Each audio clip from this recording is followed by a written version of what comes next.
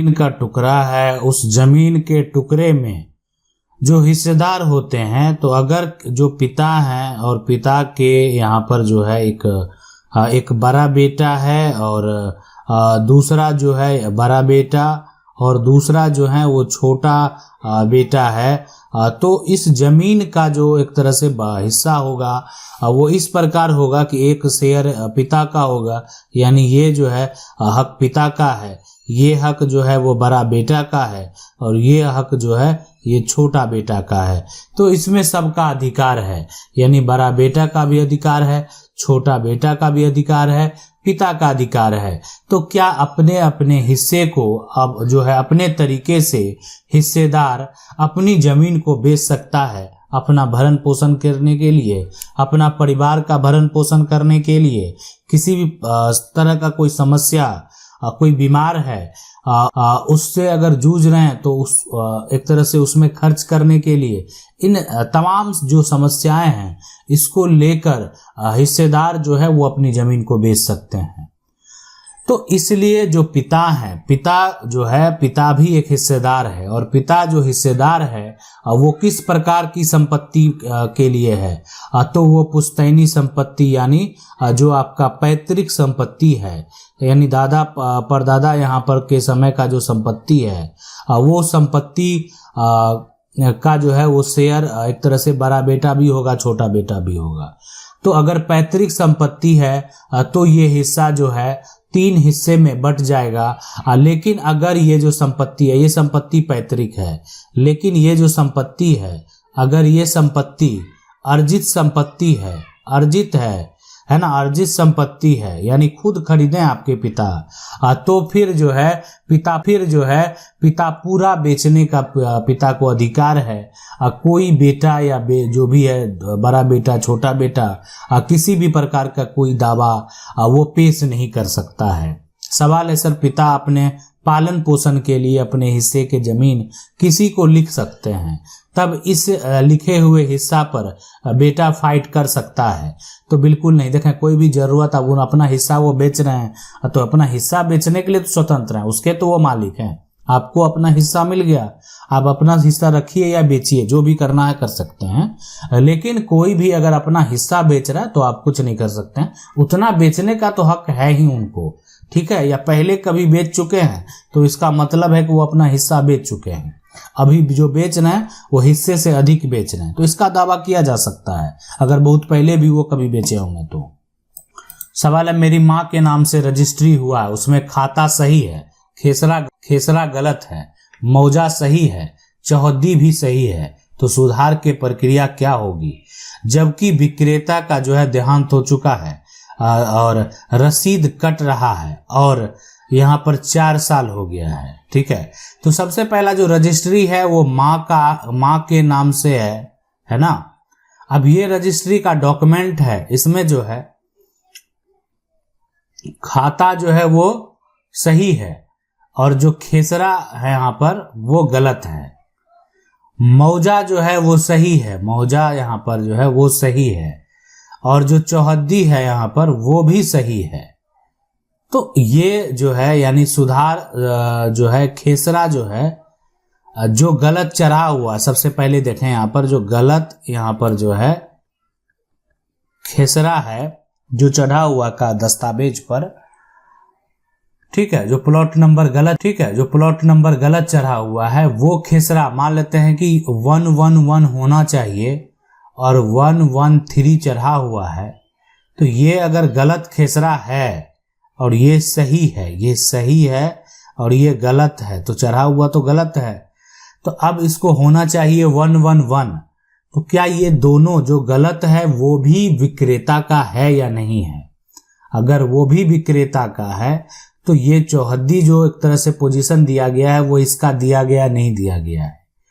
अगर यहाँ पर जो है आपका जो रसीद कट रहा है, जिस लैंड का आप टैक्स दे रहे हैं वो सही प्लॉट नंबर का कट रहा है तो कोई दिक्कत नहीं है, आप कटाइए। आगे आपके पास दस्तावेज है, सुधार करने के लिए आपको सिविल कोर्ट जो है ना एक तरह से यहाँ पर जाना पड़ सकता है। अगर विक्रेता नहीं है तो आप उनको, उनके परिवार के लोगों को पार्टी बनाएंगे, और अगर वो जवाब नहीं देते हैं आपके पक्ष में डिग्री हो जाएगा, और उस डिग्री के आधार पर जो है आप एक तरह से उसको रख सकते हैं और आपको भविष्य में किसी प्रकार का कोई दिक्कत नहीं होगा। सवाल है कि हमारे पिताजी 2 भाई हैं, एक भाई ने रोड साइड भूमि ले ली है और एक भाई को रोड से पीछे जमीन दे दी गई थी, और बंटवारा आज से 40 साल पहले हो चुका है। क्या बंटवारा दोबारा हो सकता है? हमारे पिताजी को जमीन रोड और यहाँ पर मिल सकती है या नहीं? कितना टाइम लग सकता है ज़्यादा से ज़्यादा? प्लीज़ बताने का कष्ट करें। देखें, अगर ये आज भी जो है ना, मान लेते हैं कि कोई भी जमीन जो रोड, अगर मान लेते हैं ये जमीन जो है ये रोड है, ठीक है, ये जो है एक तरह से रोड बना हुआ है। अब ये पूरी प्लॉट है, अब ये इसका पीछे भी जमीन है, तो अगर एक भाई जो है यहाँ पर, एक भाई इसमें ले लिया है ना, तो नियम क्या कहता है? अगर ये जो बंटवारा है आपको देखने से सही नहीं लग रहा होगा, 40 साल पहले, मान लेते हैं उस समय रोड ये कच्ची होगा और उतना लोग इसका मान्यता नहीं दिए, 40 साल पहले अगर ये बंटवारा मौखिक है ना, मौखिक यहाँ पर है, कोई रजिस्टर्ड बंटवारा नहीं है, मतलब इस प्रकार बंटवारा नहीं किया गया, उसको रजिस्टर किया गया, उसको एक्सेप्ट किया गया और उसके आगे जो है, तो उस केस में जो है आप अपना दावा इस तरह से बंटवारा करने के लिए कर सकते हैं, ताकि आपको भी रोड प्राप्त हो और जो दूसरे हिस्सेदार हैं उनको भी रोड प्राप्त हो। तो यानी इस तरह का बंटवारा का जो मांग है जो है आप कर सकते हैं। आप चाहें तो कोर्ट में जो है केस फाइल करके जो है अपना हक, कानूनी हक जो है वो प्राप्त करने का प्रयास कर सकते हैं। अब डिपेंड करता है कि आपका किस प्रकार से क्या है, दस्तावेज है, डॉक्यूमेंट है, आपके पक्ष में फैसला होता है या नहीं है, लेकिन आप प्रयास कर सकते हैं। लेकिन हमारा कानून यही कहता है, देखें कोई भी जमीन है वो सबको समान, जितने भी हिस्सेदार हैं, अगर एक कोई प्लॉट है, उस छोटा ही प्लॉट है, उसका वैल्यूएशन ज़्यादा है, तो सभी को जो है समान हक प्राप्त हो। सवाल है सर, मेरी शादी को 10 साल हो गई है, मेरी सास ने पुश्तैनी जमीन यहाँ पर बेचकर नया जो है प्लॉट लिया है जो कि मेरी सास के नाम है। मेरी सास जो है यहाँ पर मुझे रोज घर से यहाँ पर बाहर निकालने की धमकी देती है, मुझे परेशान करती है, तो क्या मुझे इस घर में जो है कोई हिस्सा मिलेगा? बिल्कुल जो है एक तरह से अगर आपके पति जीवित हैं तो आपका पति का तो हक उस घर में होगा, कानूनी अधिकार होगा।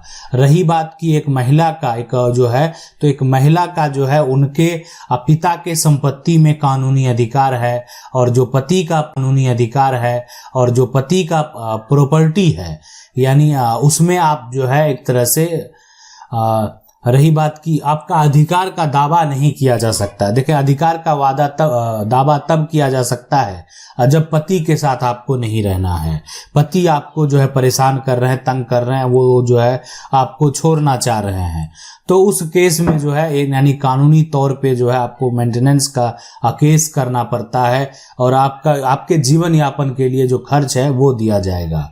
और रही बात अगर आपके बच्चे हैं तो आपके बच्चे उस परिवार के कानूनी उत्तराधिकारी हैं। जितनी भी प्रॉपर्टी है, बच्चा का अगर जन्म हो चुका है तो वो उस संपत्ति का कानूनी उत्तराधिकारी है। आप उसके हिस्से के लिए दावा कर सकते हैं, आप गार्जियन बन के, यानी जो बच्चा का शेयर है उसका हक के लिए दावा किया जा सकता है, और आप क्या बन जाएंगे? उसका गार्जियन। सवाल है, हेलो सर, मेरे पापा दारू पीते हैं और मेरे दादाजी ने जमीन बेच दी थी, पहले उनको पैसे भी दिए थे, पर सारे पैसे दारू जो है पी गए, बहुत लड़ाई की, घर में मम्मी को जो है यहाँ पर भगा दिया मामा घर, और जमीन बेचने की प्लानिंग चल रही है। मेरे दादाजी तो अब नहीं एक तरह से रहे, मेरी दादी हैं और मेरी दादी के जो है पास रहता हूँ, पर जो है दादी भी मेरे पापा के पक्ष ले रही है डर के कारण। एक भाई हूँ, मेरी 3 बहन है और मेरी माँ है, हमें क्या करें? यहाँ पर कोई हल जरूर बताएं। देखें, एक तो सबसे पहला आपको ये करना है कि जो पिता हैं, आप एक तरह से अगर वो दारू पीते हैं तो नशा मुक्ति केंद्र में उनको भर्ती करवा दें, ठीक है, एक विकल्प है कि जो है आप वहाँ पर जाकर कंप्लेन करें और उनको जो है एक तरह से कुछ दिन जो है अगर वहाँ भर्ती करेंगे, उनका धीरे धीरे जो आदत है, एक तरह से किसी का जो आदत होता है ना, नशे की जो लत होती है, अगर वो आदत छूट गया यहाँ पर तो धीरे धीरे हो सकता है कि सब कुछ व्यवस्थित हो जाए। और समझाने का प्रयास करें। देखें, रही बात कि अगर कोई पैतृक संपत्ति है तो पैतृक संपत्ति फिर तो आपको भी कोर्ट जाना पड़ेगा, केस फाइल करनी होगी, रोक लगाना होगा। आप ये देखें, आप बच्चे हैं तो आप चाहेंगे अगर जो पिता के द्वारा अगर ऐसा किया जा रहा है तो जो अंचल के अधिकारी हैं, ठीक है, जो अंचल के अधिकारी हैं और साथ में जो है एक तरह से जो थाना प्रभारी हैं उनको भी कंप्लेन कर सकते हैं कि अब आपकी संपत्ति को, आपकी पैतृक संपत्ति को जो है एक दारू के एक तरह के लिए बेचा जा रहा है, नशे के लिए बेचा जा रहा है, तो आप जो है एक लिखित तौर पे शिकायत कर सकते हैं। हो सकता है कि जो प्रशासन है एक तरह से आपकी बातों को देखते हुए उन पर कार्रवाई किया जाए। ठीक है, आशा करते हैं वीडियो अच्छा लगा होगा। वीडियो को लाइक जरूर कर दें। चैनल को पहली बार देख रहे हैं, सब्सक्राइब करके जो बेल आइकन उसको